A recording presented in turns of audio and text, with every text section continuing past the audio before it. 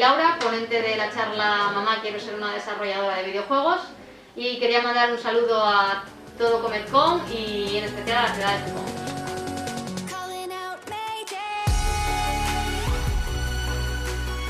Soy programadora y también me estoy formando ahora mismo en Game Design, que el Game Design es como la persona que hace, crea el juego, la parte de quien decide dónde están las cosas, cómo juegas tú, cómo salta el muñeco, a dónde va, a dónde viene, ¿vale?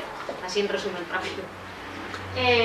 Soy un culo inquieto por naturaleza, me encanta aprender, me encanta meterme en un montón de fregados, me encanta aprender cosas nuevas, desde aprender a tejer un gorro de lana a aprender a soldar microchips. O sea, me gusta aprender cosas. Juego a videojuegos desde los 90, desde que a mi padre, por casualidades del destino, le acabó una Game Boy, no sé si recordáis, una Game Boy tocha, estas grandísimas, de ladrillo, gris, acabó en mi casa. Yo tenía unos 6 años, ni siquiera sabíamos qué era esa máquina, con un Tetris, y desde aquella yo me volqué completamente en los videojuegos, pero al ser de la cuenca minera y además en Asturias, no había como una cultura de que eso podría ser nunca una profesión. Yo nunca me planteé siquiera que eso podría llegar a comer o a vivir de algo así. También me dedico a montar salas de videojuegos, intento que sea lo más inclusivo posible, intento hacer que la mayor ponencia sean mujeres o colectivos minoritarios, porque pasaba mucho que si os fijáis en la mayoría de eventos de videojuegos, casi todos los ponentes son o chicos, además chicos con barba, blancos, o sea, es como el canon, ¿vale? Porque obviamente el grosso de la industria es ese perfil, es hacia donde se dirigen las publicidades, hacia donde se dirigen los estudios, hacia donde se dirige el foco de atención, con lo cual es a donde más gente llega y por eso hay más. Entonces yo intento visibilizar el papel de esas personas pues, racializadas, minorías, más mujeres porque me toca a mí más de cerca, ¿vale? Intento que estén como ponentes profesionales, en plan de montar eventos, por ejemplo, de Indie Dev Day en Barcelona, con casi un 70-80% de ponentes femeninas, cosa que es impensable en casi cualquier otro evento en España. Os preguntáis el porqué de esta charla. Vais a ver a Kirby mucho, ¿eh? No sé si lo conocéis todos. ¿Conocéis a Kirby? Es una bola rosa que absorbe cosas. Porque creo que es un personaje, aparte que es mi fetiche, uno de mis personajes preferidos de videojuegos, creo que encaja perfectamente en lo que es ser un desarrollador de videojuegos. Ahora veréis. ¿Por qué esta charla? Yo cuando era pequeña nunca vi esta salida, como os comentaba anteriormente, como algo profesional que yo pudiera ejercer, algo a lo que me pudiera dedicar. Entonces estudié informática, porque en aquella época no había nada especializado en videojuegos, o lo que había era completamente inaccesible para la gama media de personas. O sea, tenías que ir a estudiar muy fuera, eran muy específicos y era casi imposible de alcanzar para una persona de gama media, como yo digo. Entonces lo que quiero hacer es acercar a todas las personas el poder empezar a crear videojuegos. Desde la persona que tiene mucho dinero y puede pagarse una carrera privada, a la persona que no puede invertir ese dinero, pero sí tiene tiempo y puede formarse con YouTube o cualquier clase de plataforma online, ¿vale? Y también informar que los videojuegos no son solo dos perfiles. Ahora veréis a qué me refiero con esto. Como veis, va a haber unos puntos así generales, ¿vale? Quiero hacer videojuegos, que es lo que todos pensamos un día en nuestra vida que nos venimos arriba. ¿Qué perfil encaja conmigo? ¿Dónde estudiar? ¿Cómo empezar? No solo de AAA se vive. AAA, para quien no os conozca, son los videojuegos con grandes presupuestos, que vemos carteles enormes en las paradas del metro de cualquier ciudad grande, en los cartelones anunciados, los miles de millones de euros que mueve Fortnite y todos estos, que son miles de millones de cualquier moneda que hay en el mundo. No solo existen esos videojuegos. Tips para sobrevivir, porque creáis o no, no solo en España, sino en todo el mundo, la industria del videojuego es horrible. Es una industria muy nueva, por decirlo de alguna manera, y está asentada bajo prácticamente esclavitud, en algunos casos. Y luego al final voy a dejar una parte de paso. Cualquier duda que tengáis, que no te haya quedado claro, o si queréis hacerme cualquier pregunta, que podáis hacerlo, ¿vale? Como decía, un día te vienes arriba y dices, quiero hacer videojuegos. Es un sector que me gusta, es algo que quiero hacer, tengo una idea, tengo una inquietud, quiero expresarme de alguna manera, veo una problemática que quiero solucionar, tengo una historia que creo que va a ser divertida, cualquiera de esas opciones. Y dices, venga, voy a hacer videojuegos, pero claro, ¿por dónde empiezo? ¿Vale? quiero hacer videojuegos, vale, si haces una búsqueda en internet, hay millones de cursos, además a día de hoy son casi todos de pago, arte, 3D, Blender, modelaje, programación, qué lenguaje Lingo, Java, C Sharp, hay gente que se dedica a tester, que es un tester, que tiene que hacer, no, que también hay gente que traduce, vale, un traductor, bueno, ¿qué tengo que hacer de traductor? ¿Qué tengo que aprender? ¿Dónde tengo que formar? O sea, ahora hay como excesiva información, antes no había nada, era como en nichos, tenías que conocer a gente que estuviera en la industria para poder entrar, y ahora es como vieron dinero, capitalismo, y decidieron abrazarlo y llenarlo completamente de cursos, bootcamps, todo lo que os podéis imaginar. Entonces eso es muy apabullante y realmente no sabes lo que funciona. También pasa que si no conoces las técnicas o los motores, no sabes por dónde empezar. Hay Unity, Unreal, Godot, GameMaker, todos estos nombres son motores, son engines que se llaman. Si no sé programar, o no quiero programar, ¿puedo hacer videojuegos yo sola? Si solo sé programar, ¿puedo hacer videojuegos? ¿Necesito saber dibujar? Si lo único que quiero es aplicar el marketing, o me interesa el contacto con el público, o me interesa, por ejemplo, los CMs que llevan cuentas de videojuegos, si solo me interesa eso, si me interesa ser de eSports, toda la rama de eSports, ¿por dónde empiezo? Y la otra pregunta que me suele pasar es, ¿estoy mayor para esto? Que suele ser gente como yo que decide dar el salto cuando ya tienes una carrera profesional hecha, en mi caso de programadora, o gente muy joven, ¿vale? Gente que está todavía estudiando, que ve los videojuegos como algo que le gusta mucho y donde invierte muchas horas, pero realmente no sabe cómo abordarlo para trabajar el día de mañana de eso. No hay información en los institutos, no se suelen dar charlas como se daban antes, pues antes iban con orientadores y decían, mira, pues administrativo, biólogo, químico, informática, no sé qué. Ahora no te nadie te dice comentarista de videojuegos. ¿Vale? Porque ni siquiera tienen ese acceso a lo que son esos conocimientos. Entonces, esto es algo que quiero extender. No hay ni una edad a la que tengas que empezar, ni una edad a la que lo tengas que dejar. ¿Vale? Hay programas hoy en día que te permiten hacer videojuegos sin saber nada más que escribir. Con que sepas escribir es suficiente. Puedes crear aventuras conversacionales. Y eso puede hacerlo cualquier persona que sepa escribir. ¿Vale?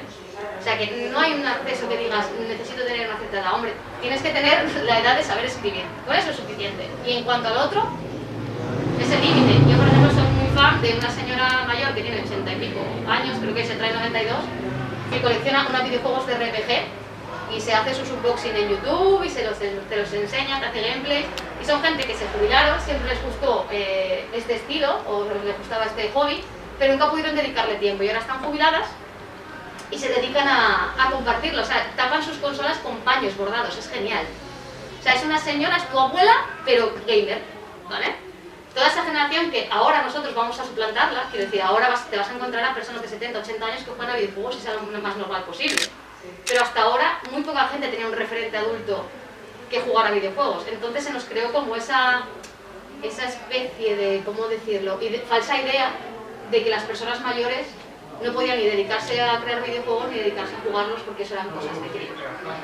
Porque en realidad la industria en sí, cuando nació a nivel mainstream con Nintendo, porque la Atari sí que ya vendía anteriormente y todas estas, pero la que de verdad lo popularizó y lo llevó a los niños fue Nintendo, sobre todo en Europa. Entonces se tiene como esa idea prefijada aún de que solo los niños juegan a videojuegos, solo los niños solo la gente joven puede acceder a esa industria, o no puedo comer, o no puedo vivir de ella, pero no es así, o sea, no hay un límite de edad para entrar ni para salir. Vale, como os decía, Kirby encaja muy bien en esto, porque como veis, Kirby cada vez que veía un enemigo podía comérselo y absorber su poder, ¿vale? Y Kirby se podía convertir en un montón de cosas diferentes. ¿Qué pasa? En un videojuego es lo mismo. Me pasa muy a menudo que cuando me vienen a preguntar muchas chicas, me dicen, no es que no sé programar, no es que no sé dibujar. En un videojuego entran muchos perfiles profesionales, no solo el programador y el artista. Sí que son dos perfiles principales, porque son bastante básicos, pero hoy en día, gracias a la tecnología, como os comentaba anteriormente, no es necesario saber de ninguno de los dos. Por ejemplo, los QA, los testers, los traductores, normalmente tienen carreras completamente diferentes. O sea, un traductor necesita saber de videojuegos lo justo. En el sentido de lo que necesita saber es tener una formación para traducir, es y tener cultura de videojuegos. O sea, no necesita saber cómo se hace, no cómo se construye. pero sí que necesita tener una cultura porque muchas veces para hacer las traducciones, si jugáis alguna Nintendo, por ejemplo el Paper Mario, no sé si alguno lo probó, el Paper Mario es un juego muy interesante porque tiene una traducción brutal. Claro, donde podáis. Bueno. Tiene una traducción... me voy a poner aquí arriba. Tiene una traducción muy buena porque está localizada. O sea, los chistes están hechos para cada zona donde se sale el juego. O sea, los chistes son en español. Hay un chiste del café con leche, de la plaza en caballo del café con leche, que hubo un chiste hace mucho de un meme de algún político, de alguna política, creo que era. Ese chiste sale en el juego. O sea, es un juego que una persona tradujo y adaptó las bromas al país donde estaban. Eso lo hace un traductor. No le importa cómo se hacen los modelados de los personajes, no le importa cómo se programa. Lo que tiene que tener es cultura de videojuego y cultura del país donde está. Por ejemplo, no necesita estudiar videojuegos per se, necesita sacar su carrera y luego enfocarla a ese sector. Puede pasar lo mismo con un economista. Ah, sí, claro, que no son de Gracias. ¿Veis bien? Sí. Un economista realmente lo que hace es estudiar las monedas del juego y cómo en un videojuego se nivelan para que no haya, pues eso, gente que pueda especular con determinadas armaduras, por ejemplo, o que no esté balanceado, que se haga aburrido el juego porque tienes mucho dinero o porque tienes muy poco, ¿vale? Eso lo hace un economista. Y tiene que saber de videojuegos, tiene que gustarle los videojuegos, pero esa formación la puede coger luego. Primero lo que estudió es economía, no estudió videojuegos per se. O sea que, como veis, guionistas, marketing, UX, UI designers son la gente, no sé si lo conocéis ese perfil, pero es la gente que te pone los botones donde tienen que ser, por decirlo de alguna manera, que sea llana, para que lo entienda todo el mundo. O sea, donde tienes una pantalla de videojuegos, quien decide dónde salen las lucecitas de un color, dónde te aparecen las vidas, dónde te aparece el botón, dónde te aparece la forma con la que el usuario interactúa con tu videojuego, son este perfil, el UX, UI designer. O sea que, como veis, estos son los que se me ocurrieron a mí al hacer la charla. Hay millones más. ¿Qué significan las siglas?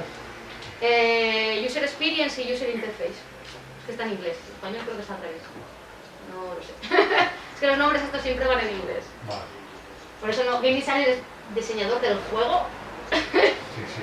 Es que siempre vienen estos perfiles, os lo vais a encontrar en internet. Lo mejor, si te interesa, pues eso, a mí me interesa ponerlos, decidir cómo en el Mario tienen que ir todas las cosas en el nivel.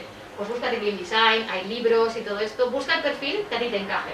O sea, no te obceques o no pienses siempre en que solo tienes que aprender a programar o solo tienes que aprender a dibujar. Hay 1000 cosas alrededor que puedes hacer sin necesidad de meterte a esos dos perfiles. Te lo dice una programadora. Vale. ¿Dónde formarse? ¿Alguien de aquí ya tiene pensado estudiar? ¿Ha mirado algo? ¿Sabe qué perfil quiere tener? No como gente, podéis hablar.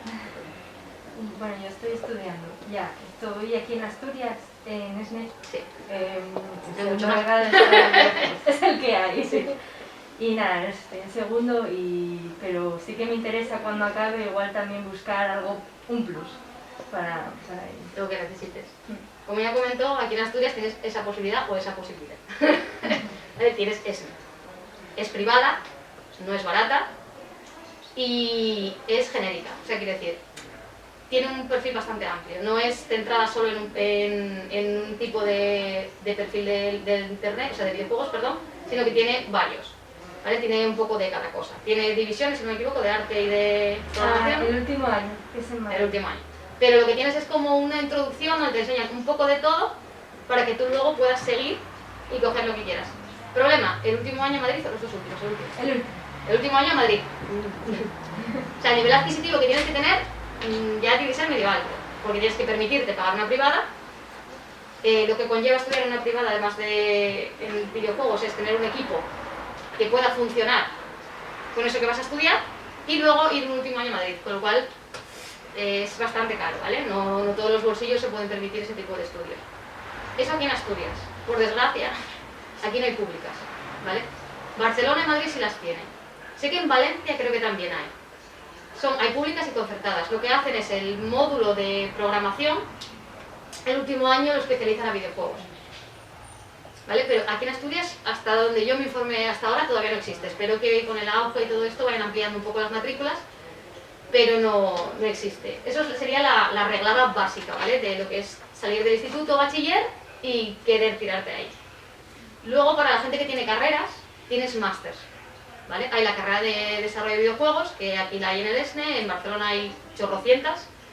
Tienes bootcamps, que son como cursos muy rápidos, o sea, en muy poco tiempo te enseñan mucha información, pero suelen rondar los 5.000 euros. 2.000, 4.000, 3.000, 5.000. Suelen ser los rangos, depende de la tecnología que utilices y el tiempo que sea, con lo cual tampoco es muy asequible a los bolsillos medios. Los másters, el más barato que encontré yo en España son 5.000 y algo, no me acuerdo largo, 5.000, 6.000 euros, ¿vale?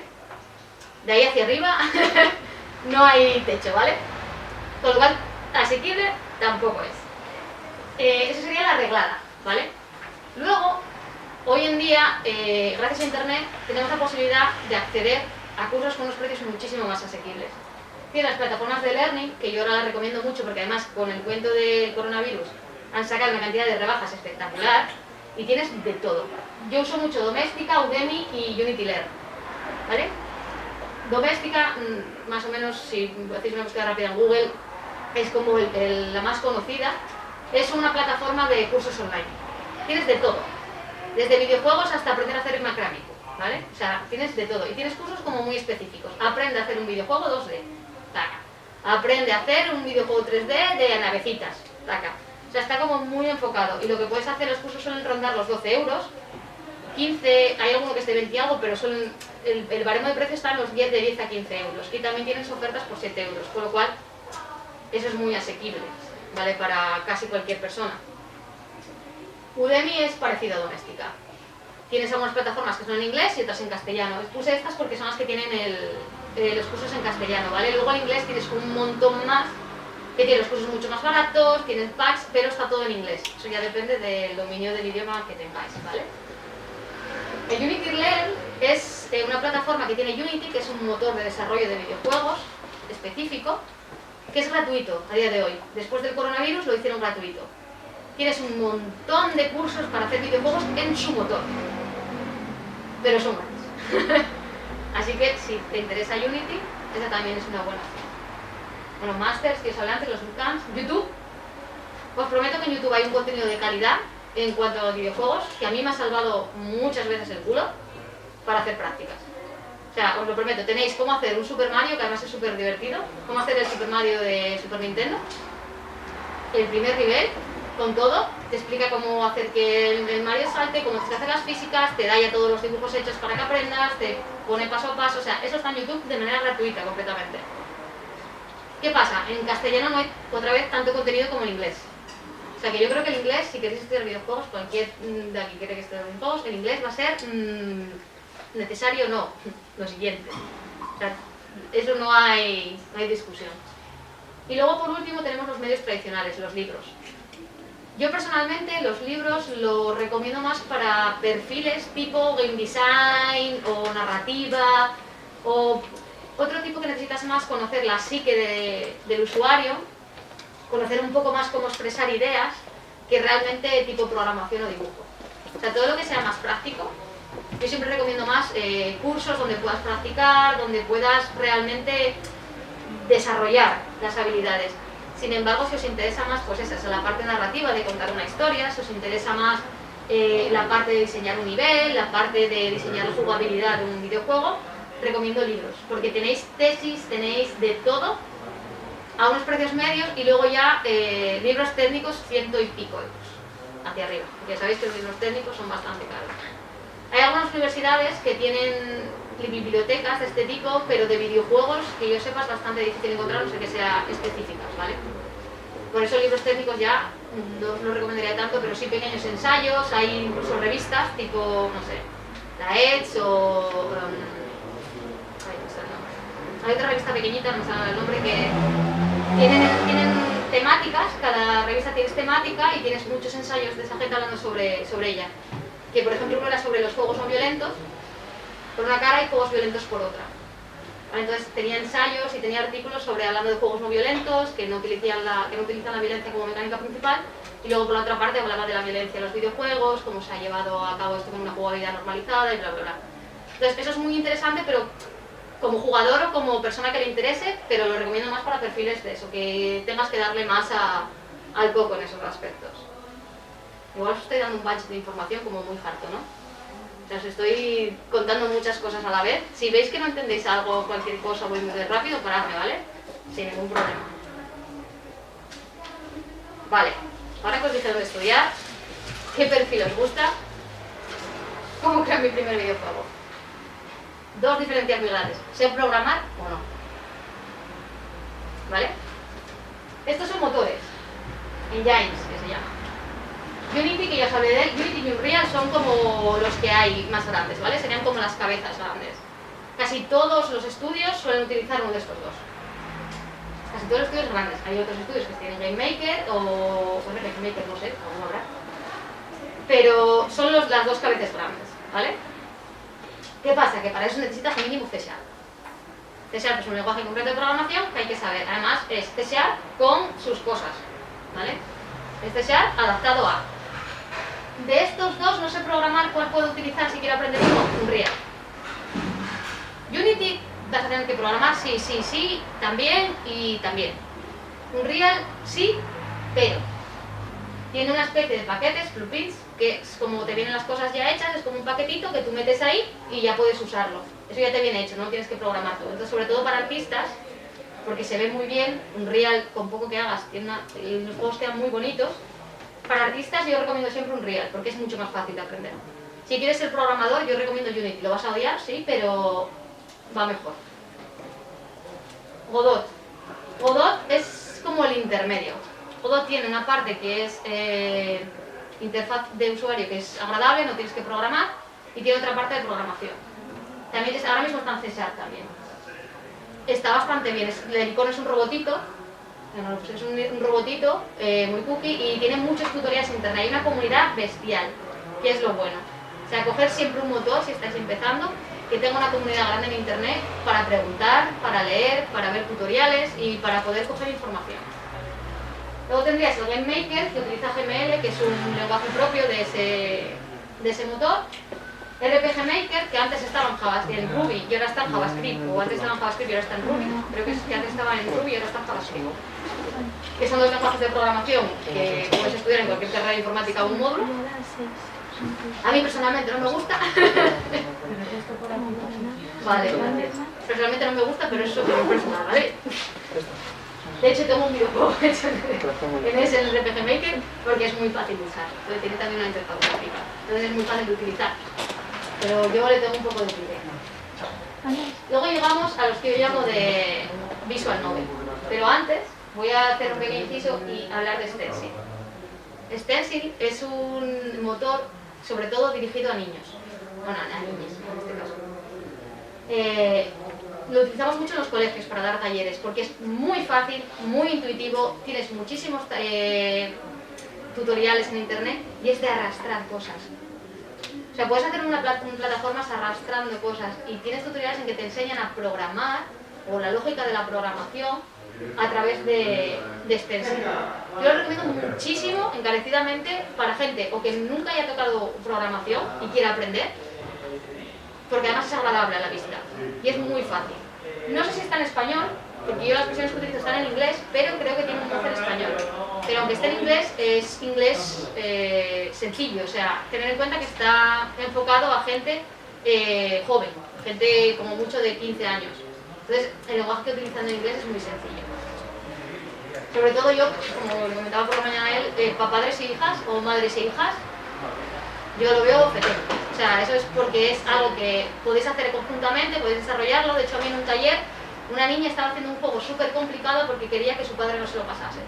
Porque entre ellos dos, lo que hacían los fines de semana era coger este programa y hacer un videojuego cada uno y luego se los cambiaban. Y entonces se jugaban el nivel de la otra persona. Y quería hacer uno muy difícil para que su padre no se lo pasara. A mí me pareció genial. Dije, ojalá mi padre, el pobre, el albañil de toda la vida, pudiera haber hecho eso conmigo. A mí me parecía genial. O mi madre, que la pobre era ama de casa, que no tenía acceso a este tipo de herramientas, podría haber hecho eso conmigo. A mí me hubiera hecho mucha ilusión. O sea que tened en cuenta que si conocéis a alguien o vosotros mismos que tengáis hermanos o amigos, familias, cosas así, esta es una buena opción para hacer con niños. Y luego aquí he añadido estos tres porque muchas veces cuando hablamos de videojuegos nos olvidamos de las visual novels. que realmente fue como todo empezó, con las aventuras narrativas. Visual novel, ¿sabéis todo lo que es? Os lo explico. ¿No? Vale. Las visual novels son las... elige tu propia aventura de los videojuegos, ¿vale? Creo que esta referencia igual es más... Son las típicas historias en las que tú tienes que ir seleccionando, tomando decisiones, y en base a la decisión que tú tomas pasan unas cosas o pasan otras, ¿vale? Las hay desde una pantalla en negro y texto solo, que pueden ser en HTML sobre todo, que son de una página web y tú entras, tienes texto, eliges una palabra u otra y vas avanzando en una historia, hasta, por ejemplo, con estas tres, con el Tirano Wheel, el Rep y el Web Maker, que le puedes meter dibujos, acciones, vídeos, saltos, música, de todo. Y los tres son muy fáciles de utilizar, porque tienen parte de programación si quieres meterte a hacer cosas más chulis, pero para la parte básica, para ir aprendiendo, puedes tirar allí imágenes y dibujitos y lo que quieras. Y es muy fácil de aprender con ellos. Va muy bien para la gente que quiere hacer narrativa, porque en el mundo de los videojuegos, para que te contraten, necesitas que te vean, ¿vale? Necesitas presentar un portafolio donde vean tus juegos o vean las cosas que hiciste. Si eres de narrativa, por desgracia, es muy difícil encontrar un equipo al que le diga, oye, haz mi idea. ¿Vale? Hola, programa, dibuja, véndeme mi idea. Es muy difícil. Entonces, este tipo de motores te permite escribir tú la historia y enseñarla a través de ello. Y es muy sencillo y muy intuitivo. Rempi es gratuito, Tirano Wheel del Uber Maker son de pago, o eran de pago hasta donde yo sé. Pero el que más comunidad tiene de los tres es el Rempi, que es gratuito. Pero de nuevo, el problema es que casi todo está en inglés. ¿Vale? Para la gente que no sea angloparlante, hay que tener paciencia. Vale. Ya sé mi perfil, ya sé cómo me voy a formar, ya sé qué motor voy a utilizar. ¿Y ahora qué hago? Creo el videojuego hacia la brava, lo pongo en algún sitio. Cuando queráis empezar, yo lo que recomiendo siempre son jams. ¿Vale? Las jams son una especie de eventos, los hay online y presenciales, donde tú tienes que crear un videojuego en un determinado tiempo. ¿Vale? Puede ser un fin de semana, que es lo más normal, o pueden ser de un mes. Lo que hacen este tipo de eventos es, te dan una palabra, en plan de mermelada, o la muerte, o patata, o piña, hace un poco como de piña, y digo, ¿qué quieres que vaya una piña? Y tienes que hacer un videojuego con esa idea, y lo que sea. Y eso te ayuda pues a conocer gente, a divertirte, a plantearte retos, a decir voy a crear un videojuego este fin de semana. Es una manera muy fácil de conocer gente, de practicar, de conocer nuevos perfiles y es muy divertido. Incluso podéis participar de manera individual, ¿vale? Pero yo recomiendo siempre buscar equipo, porque es más, te ayuda. A los momentos desesperados en que son las 2 de la mañana y dices, esto no funciona, no sé qué está pasando, insultar a alguien o pelearte con alguien a veces ayuda, ¿sabes? O comer pizza juntos, también ayuda mucho. Entonces, las jams son, creo que, el mejor recurso para empezar un poco a coger hábito. Asociaciones. Hay millones de asociaciones de videojuegos. Hay asociaciones temáticas, hay asociaciones que son solo de jugadores, de eSports, lo que queráis. ¿Para qué valen las asociaciones? Para conocer gente, para conocer contactos, para aprender. Hacen charlas, hacen eventos, hacen talleres, suelen tener descuentos para estudios, suelen tener descuentos para temas de matrículas en universidades o temas de matrículas en cursos, o sea que a todos nos interesa eso. ¿Vale? En mi caso, yo soy parte de Fenders, como comentó Ari. Nosotras tenemos apoyo además a temas de problemas con acosos, a temas con problemas escolares, porque por desgracia el sector femenino, las minorías en general, en los videojuegos están bastante mal, ¿vale? A nivel profesional es muchísimo peor que a nivel de jugadora. Y suele haber problemas de acoso bastante graves. Y hay un acoso laboral y acoso en escuelas. Entonces intentamos también ayudar en esos ámbitos, dar apoyo, dar recursos para que esas personas de AEBI y de TEP, que son los dos grandes asociaciones de industria de videojuegos, son como el patronal, por decirlo de alguna manera. Tienes un Discord donde puedes conocer a otros equipos, a otros estudios pequeños, a personas que están en la industria. y que te ayudan un poco, pues eso, pues a enfocarte, a aprender cosas nuevas, a hacer contactos, porque por desgracia la industria aquí en España aún es muy pequeña, entonces la mayoría de la gente se conoce entre sí y para contrataciones y cosas así se lleva mucho todavía el conoces a alguien. ¿Conoces a alguien que programe en esto? ¿Conoces a alguien que trabaje de esto? ¿Conoces a alguien? Y entonces cuanto más contacto, cuanto más redes de contactos tengas, más fácil va a ser que puedas meter el pie en algún sitio. Discord, que es lo que comenté antes, que son Discord, ¿sabéis lo que es todo el mundo? Es una plataforma online donde puedes hablar con mucha gente, pueden ser como canales temáticos. Por ejemplo, un videojuego de las sofás puede tener su canal de Discord donde toda la gente que le guste las sofás puede ir a hablar allí de las sofás. Son como unas plataformas de conexión de internet, como una red social, ¿no? Pero como una red social pero temática, ¿vale? De algo. Y suelen tener control de accesos y todo, es un poco más seguro que la red en general. Y luego, Itchy.io, a mí personalmente es una plataforma que me gusta mucho, está en inglés también, que es de videojuegos indie. ¿Sabéis lo que es un videojuego indie? ¿Sí? ¿Sí? ¿No? Es que claro, depende del conocimiento que tengas, son términos ya como muy específicos. Los videojuegos indie... voy a meterme en un berenjenal, ¿eh? A ver, los videojuegos indie son videojuegos con un presupuesto bajo y que suele hacerlos un equipo pequeño. Voy a decirlo así, no es exactamente eso, Chris, me estás mirando mal, mírame bien. Porque hoy en día la diferencia o lo que separa a un juego indie de un AAA, yo cada vez lo veo más difuso, ¿vale? Porque hay indies que serían videojuegos alternativos, sería esa parte alternativa de la industria que hace videojuegos que no son tan monetarios, que no buscan sacar dinero, que buscan a lo mejor tratar temas sociales más importantes o temas sociales que no se tratan en videojuegos de AAA de mucho dinero, que buscan incomodar, o videojuegos de equipos pequeños que no tienen recursos y hacen como cosas muy pequeñas, sería como la música, o sea, podríamos extrapolarlo a la música. Pero al igual que en ese sector, el capitalismo ha actuado y el indie cada vez es menos indie y el AAA cada vez se quiere parecer más al indie para vender. Entonces hay un poco difuso, pero digamos que son los juegos más pequeñitos, ¿vale? Itchy.io es una plataforma donde la gente puede subir sus juegos de manera gratuita, incluso puedes pedir dinero, quiere decir. ¿Qué significa? Que puedes poner a la venta tu juego por 1 euro, 2, 50 céntimos o 15 euros, ¿vale? Puedes incluso tener pago social y el tipo de pago de juégalo, bájatelo gratuito y luego si quieres puedes darme dinero para ver qué te parece ese juego y el dinero que tú creas que mi juego vale. Entonces es una plataforma como muy alternativa para subir tus juegos. La visibilidad, no, o sea, no vas a ser muy visible, tu juego no va a llegar a muchas personas, pero hoy en día, a no ser que seas una persona que tenga mucho dinero y invierta en marketing, tu videojuego pequeñito no va a alcanzar a muchas personas, tienes que invertir mucho dinero en marketing, ¿vale? Eso es otro tema del que podemos hablar. Como os comentaba ahora, el indie, siempre digo algo que no solo el AAA se vive, no sé si conocéis este monstruo de Kirby, ¿vale? Pero tú la primera vez que lo ves es esta cosa cookie adorable y hasta este momento el juego lo que te enseñó es que si tú aspiras enemigos son cosas buenas y te los tragas, ¿vale? Pero ¿qué pasa? Cuando tú intentas aspirar a este monstruo se convierte en eso que es que te mata, básicamente, ¿vale? Y del que tienes que huir como si no hubiera mañana o te mueres.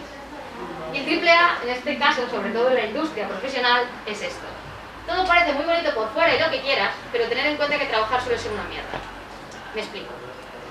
Trabajar en AAA no es... si trabajas en Assassin's Creed, y yo tengo amigas en este caso, que trabajar en Assassin's Creed, no creas que vas a modelar a Itchy, ¿vale? No vas a modelar a ningún personaje importante, a lo mejor vas a hacer piedras, ¿vale? O a lo mejor la rueda de un carro. O farolas. Y no crees que vas a programar la IA del no sé, no, a lo mejor vas a arreglar bugs. O sea, los AAA son máquinas grandes de hacer videojuegos. Ubisoft, King aquí en Barcelona, Social Point, Blizzard, son máquinas grandes de crear dinero. No les importas como trabajador y no les importas como jugador, solo quieren tu dinero. Con lo cual, no es oro todo lo que reluce. Suelen ser trabajos no muy bien pagados, aunque de los mejores pagados en la industria del videojuego, pero son trabajos en el que vas a tener que echar muchas horas normalmente y no vas a hacer un trabajo que digas voy a crear mi obra maestra o lo que yo quiero expresar. Eso tenéis que tenerlo siempre en cuenta. Siento ser la voz siempre de la conciencia y que deprima a la gente, por eso cuando veo el instituto salen todos un poco como de bajón, pero yo quiero que afrontéis la realidad, no quiero ver a miles de estudiantes de videojuegos súper emocionados por salir a trabajar a un mundo en el que no es real. O sea, si quieres hacer tu idea vas a tener que hacer tú o tener suerte. Tienes esas dos posibilidades, pero si no, los trabajos que hay son esos. Son trabajar para una industria grande, cobrar un poco mejor, pero hacer este tipo de trabajos. O sea, trabajos que no son realmente, tú cuando quieres hacer un videojuego quieres hacer pues algo que dure, ¿sabes? Pero tener en cuenta que hay un equipo entero de no sé cuántas personas que se dedicó a hacer las físicas de una cuerda en un juego. Esos trocitos pequeños que veis en todos los juegos, hay personas detrás de ese desarrollo y se dedican a eso. O sea que tenerlo en cuenta también cuando vayáis a estudiar, que no es solo todo lo que reluce, y sobre todo en las compañías grandes. Respecto a los indie, el problema es más bien de precariedad. Suelen ser equipos pequeños, aquí en España está todo mal, pues eso está peor. Los estudios no suelen durar más de 4 años, las pagas suelen ser pequeñas, entonces es como más difícil. Vale mucho para coger experiencia, porque aprendes muchísimo y además suele ser bastante agradable la gente, hay mucha como de equipo, de grupo, de sentido de comunidad, pero tener en cuenta que es más difícil conseguir permanecer ahí. Uy, ¿me han apuntado los dos? Sí. Tips para sobrevivir. Como os estaba diciendo ahora que empiezo con lo triste, ¿vale? Hasta ahora fue lo bonito, como estudiar, la ilusión de empezar una carrera nueva profesional, la ilusión de dar un paso, de hacer tus ideas, ahora empieza a ser todo la realidad. Vengo a golpearlo seguramente. El crunch no está bien, ¿vale? O sea, voy a grabarlo en algún sitio o repartir chapas. Hacer horas gratis no está bien. Vender tu trabajo gratis no está bien. ¿Qué es el crunch? El crunch son jornadas maratonianas de desarrollo de videojuegos en los que no te lo pagan. Y si te lo pagan, da igual porque te obligan a hacerlo, no tienes posibilidad de escapar. Si veis un poco las noticias, sabréis que compañías grandes, Cyberpunk, el juego que viene ahora, por ejemplo, es una de ellas, sacan los videojuegos a base de literalmente explotar a sus trabajadores, explotarlos hasta la extenuación. En Japón puede que esté más consentido y mejor visto, pero en el resto del mundo no, ¿vale? ¿Qué pasa con el crunch? El problema es que atacan a la, ¿cómo decirlo?, a la conciencia del trabajador, no por la empresa, sino por el jugón. No eres lo suficientemente gamer, no te gustan lo suficiente los videojuegos y no te quedas a echar aquí 40.000 horas en el trabajo. No estás lo suficientemente comprometido con el desarrollo de videojuegos. O sea, te atacan a nivel personal para decirte tienes que hacer esto gratis por mí. ¿Vale? O sea que yo entiendo que de la que empiezas te tragas mucho, como todo en todos los trabajos, pero tener en cuenta que esto no está bien. Que no os vendan que el crunch es algo positivo, como están haciendo ahora. Que lo están viendo como fue un esfuerzo de todo el equipo. Yo no fue un esfuerzo de todo el equipo, porque o eso no comen, ¿sabes? La gente tiene la costumbre de comer 3 veces al día, no sé por qué. Esto no está bien, ¿vale? No regales tu trabajo, sobre todo a los de arte. Sobre todo los de arte porque de todos los perfiles que he dicho, los de arte son los que más ningunean. Y cuando digo ningunean es que no solo no les pagan, sino que les pagan poco cuando lo hacen. ¿Vale? O sea que imponer ahí, porque eso se necesita que todas las personas que ejercen esa profesión se vayan imponiendo para que los otros aprendan a que tienen que valorar su trabajo, porque es un trabajo igual que el de los demás. Ningún trabajo es más importante que otro. Si no, si todo el mundo le pusiera su piedra, las cosas no funcionarían. Así que no regaléis vuestro trabajo, ¿vale? En regalar tu trabajo también viene la gente que te pide cosas y dice, no, es que no tengo dinero para pagarte. Ahí también entra, ¿vale? Que también hay gente que dice, no, es que quiero hacer un proyecto pero no pago. Ahí ya pensaros si a vosotros os interesa el proyecto o si luego podéis firmar acuerdos de que si ese proyecto de dinero os toque una parte, ¿vale? Que eso también existe. Dedica el tiempo que necesitas a formarte. Me pasa mucho que cuando hablamos de videojuegos la gente lo que quiere hacer es ya sacar esa idea que tiene de la cabeza, ya hacer ese videojuego que quiere. No os embarquéis en hacer un MMORPG online que dé vuelta, no. Primero hacer un Tetris, ¿vale? O hacer un Mario, que creo que es lo más fácil que hay de plataformas. Hacer juegos pequeñitos, aprender a hacerlos bien, aprender a tener algo bonito, aprender aunque hagas una aventura conversacional, pues aprende a hacer aventuras conversacionales, dáselas a la gente que la pruebe, o sea, spamea a la peña. da la vara por el mundo, o sea, hay miles de redes sociales, miles de cosas, es gratis, que jueguen, ¿sabes? Y que os lo prueben y que ayudéis a mejoraros, a formaros, a hacer experimentos, lo que necesitéis. No penséis que porque hago estas cosas pequeñitas solo, nunca hice ningún juego grande, dejáis de ser desarrolladoras, o sea, siempre lo vais a ser, ¿vale? Aunque hagáis cosas pequeñitas, tomaros el tiempo que necesitéis. Aportar y formar parte de la comunidad. ¿Por qué digo que esto vale para sobrevivir? Porque, como comenté antes, todo funciona a día de hoy como el boca a boca. Por suerte, por desgracia, la industria es muy pequeña aquí en España y muchas veces conseguir un trabajo depende a quién conoces. Por eso siempre digo que ser parte de la comunidad te ayuda a que te conozcan, a conocer y a poder salir más rápido en conversaciones de alguien que pida. Y en base a eso, ve eventos y socializa. Sé que es duro, sobre todo siendo mujer porque hay mucho pesado en esta vida. Pero recomiendo ir a eventos. Hay muchas asociaciones que lo que hacen es hacer grupos para ir a eventos determinados, o ir a eventos que tengan puntos lila, que sepáis que no va a haber problemas si hay algún pesado de la vida. Que sepáis que la organización se preocupa, pero ir a eventos pequeños, grandes, socializa, porque muchas veces se suele hacer aquí en España. Suele haber alcohol de por medio, menores no podéis ir, pues sí, tiene que ser mayor de edad, no sé si eres menor, tú estás en ESNI o no, menores de edad no, pero suelen haber muchos eventos de quedar a videogames y birras, o sea, cerveza y videojuegos, donde se juntan equipos de desarrollo, cervecería random, sidrería, wherever, y todo el mundo queda, hay gente que lleva sus proyectos para enseñárselos a los demás, hablan sobre videojuegos, a veces hacen charlas y todo esto. Eso lo ven casi todas las comunidades autónomas. Nosotros estamos empezando a hacer eventos de videojuegos, sobre todo en Barcelona, porque son de store, que no conlleven alcohol. Porque por alguna razón que desconozco, casi todo el mundo profesional de videojuegos suele estar como muy arraigado con el alcohol, van como muy de las manos, las cervezas y los videojuegos, es algo que no sé por qué. Y hay gente que tiene problemas con la bebida, gente que no bebe alcohol, o gente que no se siente cómoda en esas situaciones y necesita otro tipo de ambientes. Entonces cada vez se intenta pues eso, promover otro tipo de reuniones, pero que sepáis que lo que más os vais a encontrar es ese tipo de actividades.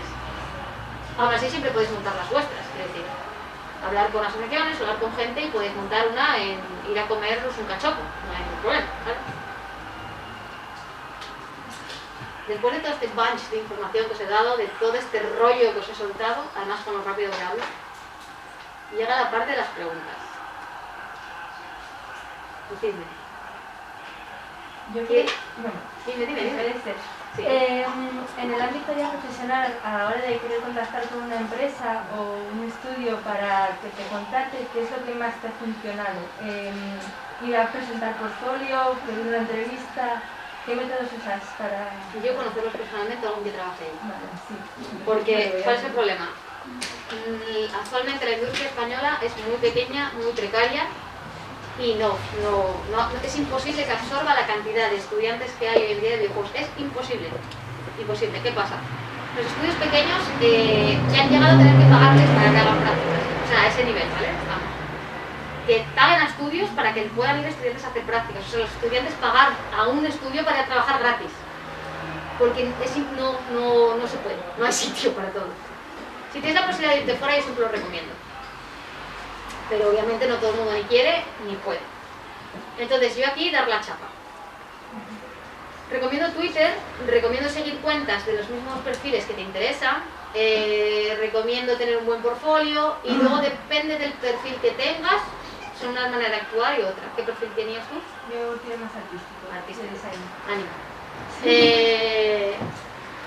Es que además tiene menos salidas luego. El artístico. Portfolio, sin duda. Aprendo a usar bastantes programas. LinkedIn comparte, sobre todo si haces modelado, Sí, o concepar, no sé para qué rama vas. hago ambas. Ambas. Sí. En LinkedIn ahora mismo se lleva mucho. Vale. Sí, porque yo suelo usar Sketchpad o... es lo que más uso, Sketchpad, para subir modelos. Y yo intenté hacer Blender, ahí sí. Sí. No sé dibujar, soy programadora, no sé dibujar, pero lo intento muy fuerte, lo prometo. Es que arte siempre, es que es como Sota Caballo Rey, visibilidad. Porque arte sí que te tienen que ver mucho y dar mucho la chapa. Porque los programadores somos menos, o sea, sobre todo programadoras en mi caso, somos como unicornios de la vida, entonces es mucho más fácil porque además nuestro sector es mucho más amplio. O sea, un programador puede acceder a muchos más puestos de trabajo que un artista, o, de todos los perfiles es el que más trabajo tiene, tanto dentro como fuera de la industria. Hay mucho trabajo de eso, entonces es mucho más fácil pues ir y venir. Y nuestro portfolio es completamente diferente a lo que puede ser de un artista o lo que puede ser de una persona narrativa. Por eso siempre pregunto el perfil, pues os extrañó que le preguntara el perfil. Y yo ahora las artistas que más estoy viendo están haciendo como microjuegos. Por ejemplo, Nat, que ahora está en Madrid, y estuvo haciendo como minijuegos de tamagotchis. Que a mí me hizo mucha gracia porque eran tamagotchis de plantas. Y era un juego que artístico, ese y otro de una máquina, de estas máquinas gazapón se llaman en Japón. Son unas máquinas que tienen unas bolitas, así que vienen con cosas dentro de las bolitas. Tú metes una moneda, giras una palanca y sale la bola por abajo, ¿verdad? Pues es una máquina de esas que tú, según lo que te salía, te construye una historia. Artísticamente, o sea, la jugabilidad es darle a 2 botones, quiero decir, no tiene nada, pero artísticamente es brutal, es precioso. Además, cada dibujito es diferente, o sea, cada bolita tiene su historia, con sus dibujos, con sus fotos. Entonces, ese tipo de juegos también es una visibilidad muy grande. Pero del artista lo bueno es que siempre puedes unirte pues, a equipos. En plan de mirar mi portfolio, mi estilo de dibujo, o me adapto a este estilo de dibujo y puedo ser útil. Pero yo lo que te recomiendo es o proyectos pequeñitos visualmente muy atractivos, o portfolio y dar la chapa. No hay más. O sea, no te he descubierto nada nuevo seguramente. No, pero está bien que te confirmo mi idea. Sí, mira, no sabía, eso era lo de los microjuegos, bueno. Es una forma, además, hoy teniendo tantos motores que son realmente fáciles de utilizar, para los artistas son los que más fácil lo tienen. En el fondo es más visual. Claro, porque es mucho más llevativo, te entra muchísimo más por el ojo. Por muy bien programado que está nuestro juego, por muy divertido que sea, si no te entra por el ojo, igual no lo pruebas. Tienes tanta opción a día de hoy, hay tanta sobresaturación de mercado que mucha gente tira mucho a lo bonito, como digo yo, al ojo, a que esté bien. ¿Más preguntas? Vale, que bien me explico. Yo tengo una. Sí. Hablabas de que bueno, existe una relación, digamos, de alguna manera, especialmente en los eventos, ¿no? Del consumo de alcohol y juegos, sí. Y que bueno, de alguna manera intentáis paliar eso. ¿Y qué nos cuentas del consumo de bebidas energéticas? Que además no está prohibido para menores. Eso es y es una industria en expansión. Eso es horrible. Así en resumen, horrible. Pero es algo con lo que tiene que concienciarse la sociedad. O sea, realmente es dopaje. O sea, estás dopando al cerebro para que centre más atención en videojuegos. De hecho, en competiciones, si no me equivoco, de eSports, hay determinadas cantidades que están prohibidas, literalmente, porque lo que hace es doparte para poder producir más. Ha llegado a nivel preocupante, sobre todo a mí hace poco en Instagram me saltó un anuncio, además tienen unos... el marketing sobre ese tipo de bebidas es como muy atractivo, o sea, era una especie de conejito ahí, guato, loco, ¿sabes? Sobre cookie, con colores muy brillantes, muy atractivos, y era las bebidas isotónicas en polvo, o sea, son esas bebidas chungas, con taurina a muerte, cafeína no sé cuántas, o sea, todo bien ahí revuelto, y eran en polvo, te lo echabas en agua como los shakes estos de batidos de comida, pues lo mismo pero en versión cafeína. Para pegarte el tique ahí, y bien específico para gamers, o sea, toda la atención es para gamers, o sea, 100%. Disfruta de tu juego favorito, haz lo que necesites, tu atención mejorará, haz las skills, no sé qué, sobre todo va completamente enfocado a los eSports. O sea, todo el tema de bebidas energéticas y consumo de comida de esta de vaso. O sea, la misma publicidad que se hace a la peña de gimnasios y todo esto con batidos proteínicos, le cambian el color y lo meten a los gamers. O sea, literal, porque son incluso los mismos productos pero con otros colores. ¿Es veneno en botella? Sí. Sí, pero la mayoría de los padres no controlan o no conocen los problemas de esas bebidas, porque además te lo venden muy bien. O sea, Monster, por ejemplo, que creo que es una bebida que todo el mundo conoce, que es un tanque así de cafeína bien, hasta aquí cara de guapas que te da, en cualquier evento de videojuegos prácticamente te los tiran a la cara. Millones de youtubers o de personas, streamers, personas que son puntos de referencia para gente joven, consumir esas bebidas como agua. Y nadie se queja en el sentido de que no hay campañas de videojuegos que penalicen eso, sino que todo al revés. Es publicidad que les paga el videojuego. Entonces es algo que hasta que la sociedad per se no se conciencie de que ese tipo de bebidas no son buenas, no va a permear al sector de los videojuegos ni de broma.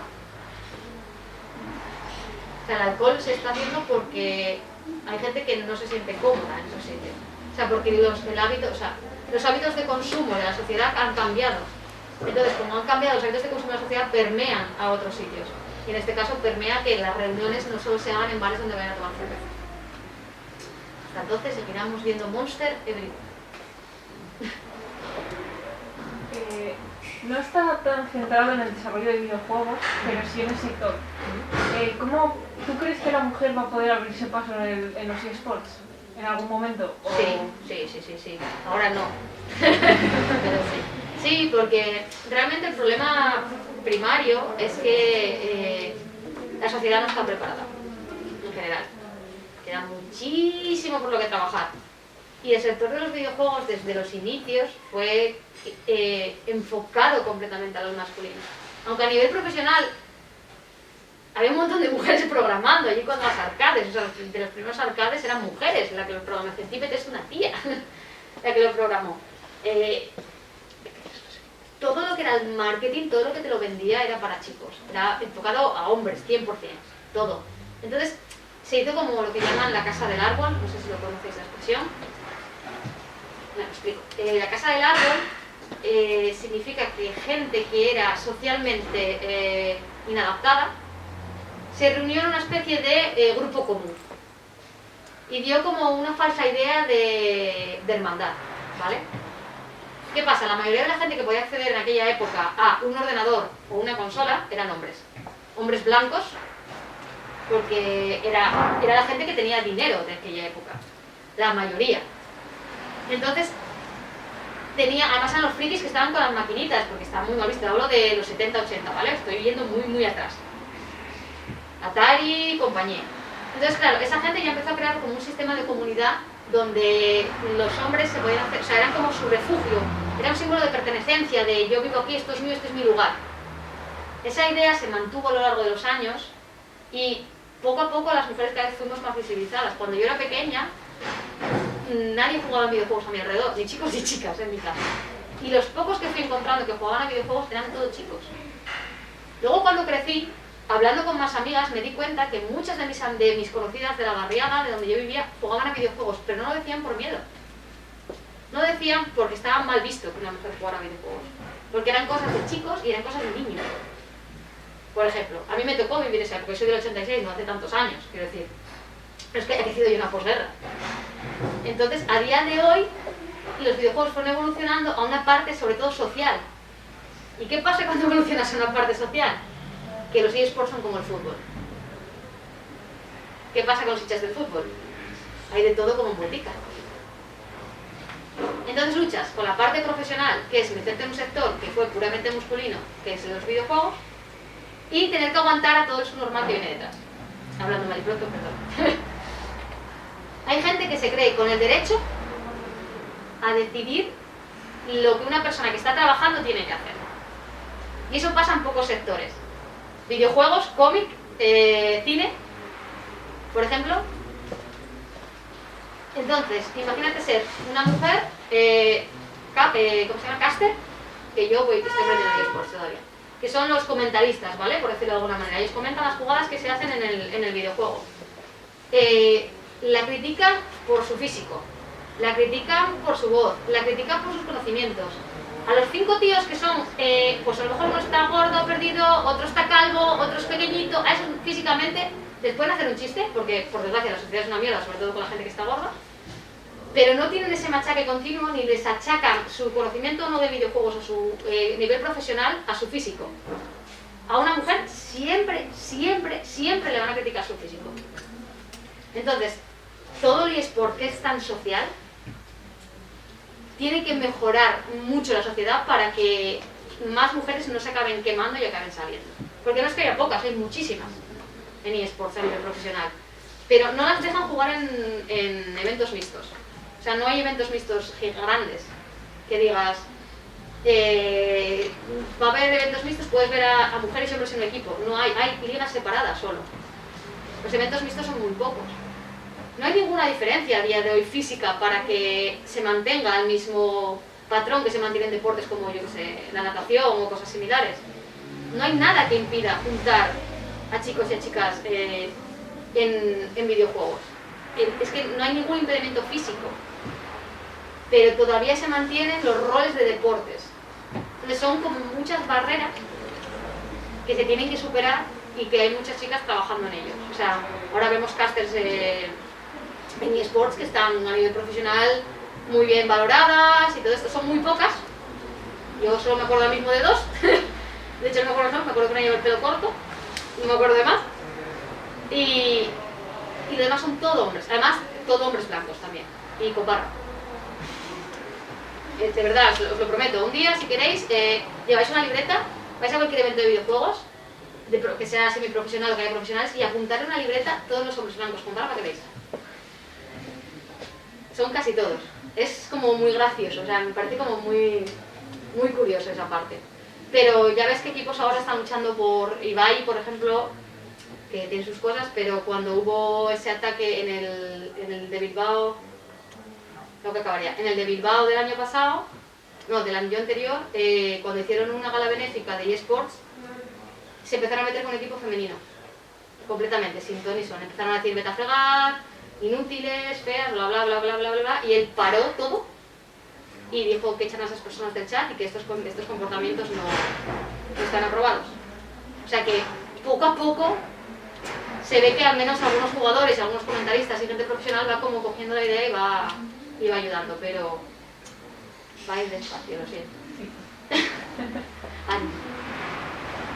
Sony 5, yo creo que me toque ya, pero no sé si una más. Sí.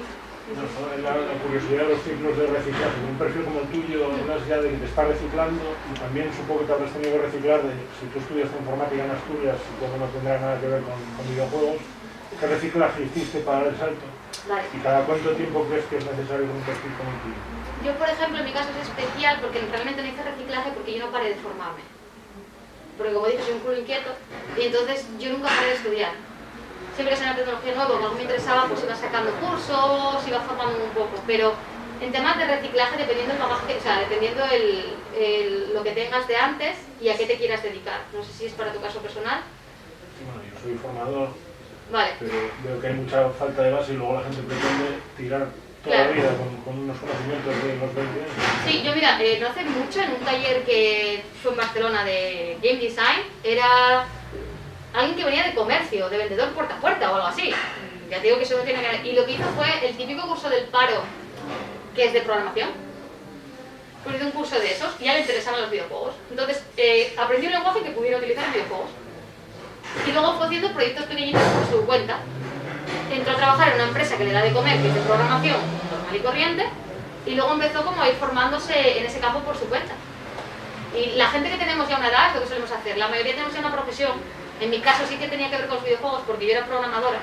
Entonces, desear aquí y en el fin del mundo. Quiero decir, es el mismo lenguaje de programación. Teniendo las bases, lo único que tienes es que especializarte o cambiar a ese lenguaje, aprender ese lenguaje concreto. Entonces es mucho más fácil hacer la progresión. Pero si vienes de otro sector, ya es un poco más difícil. Pero tú ahora, por ejemplo, no estás haciendo un parón para reciclarte, sino que estás simultáneamente... No, claro, no, tengo que comer. Yo trabajo igual. Sí, yo de hecho ahora en la empresa que estoy es de código legacy, que es código antiguo, que nadie quiere tocar, y a mí me gusta, soy de personas masoquistas, y lo que hago es limpiarlo y hacer que funcione y que quede bonito, ¿vale? Yo ahora trabajo de eso porque es lo que me da de comer. Porque yo personalmente no quería clavar en el AAA haciendo piedras y quería desarrollar mis propios videojuegos, que en mi caso yo desarrollo videojuegos que normalmente tratan problemas de la sociedad. Tengo videojuegos empezados, ahora mismo proyectos que tratan sobre la depresión, sobre minorías y cosas así a través de los videojuegos para poder enseñarlo a un público más general. Pero no paré de estudiar, porque si paras de estudiar esto avanza demasiado rápido. Todo lo que sea informática y tecnología, si no llevas un aprendizaje continuo, es muy difícil seguir al día, muy difícil. Es imposible, pero bueno. Sí, pero bueno, también está el mercado móvil, que yo no hablo mucho de él porque realmente lo que se hace siempre es ports a móvil, o se hacen cosas pequeñas que también es un campo muy por explorar, que podéis utilizar cualquiera de los motores que os dije yo para móvil, y ahí sí que es mucho más fácil que la gente juegue. Es mucho más difícil que te vean otra vez el juego porque hay muchos, pero es mucho más fácil decir, ole, mira, tengo un juego para móvil, dale un tiento que es apretar aquí, es táctil, es más fácil. ¿Vale? Ideas pequeñitas tipo puzzles y cosas así es más fácil hacerlas. Y eso con saber Android, por ejemplo, que Android también se da creo que en el módulo se da Android, si no me equivoco. Porque iOS no, o sea, para Mac sí que no se da, para Apple, todo lo de Apple, pero para Android se estudia en el módulo de programación normal de institutos y eso te permite saber programar para móviles en algunas plataformas. O sea que puedes también apuntarte a un módulo, un curso o algo así que te ayude a coger y a encaminar hacia ahí. ¿Ya? Pues nada, muchas gracias por venir. Esa es mi página web, ¿vale? Donde tenéis todos mis contactos en redes sociales. Este es mi Twitter, porque hay gente que no usa Twitter. Tengo tarjetas aquí por si alguno quiere o alguna quiere. También tengo tarjetas de Genders, todas para las chicas. Pues si alguna quiere, si sois menores de edad, no podréis venir a las actividades, lo siento, porque son todas para mayores de edad por temas de acoso, ¿vale? Porque tratamos con chicas que han sufrido temas de acoso bastante graves, entonces por temas de seguridad son solo para gente mayor de edad, pero sí que podéis acceder a las actividades online y a todos los recursos que podemos facilitaros, ¿vale? Pues muchas gracias por venir, espero que os haya gustado.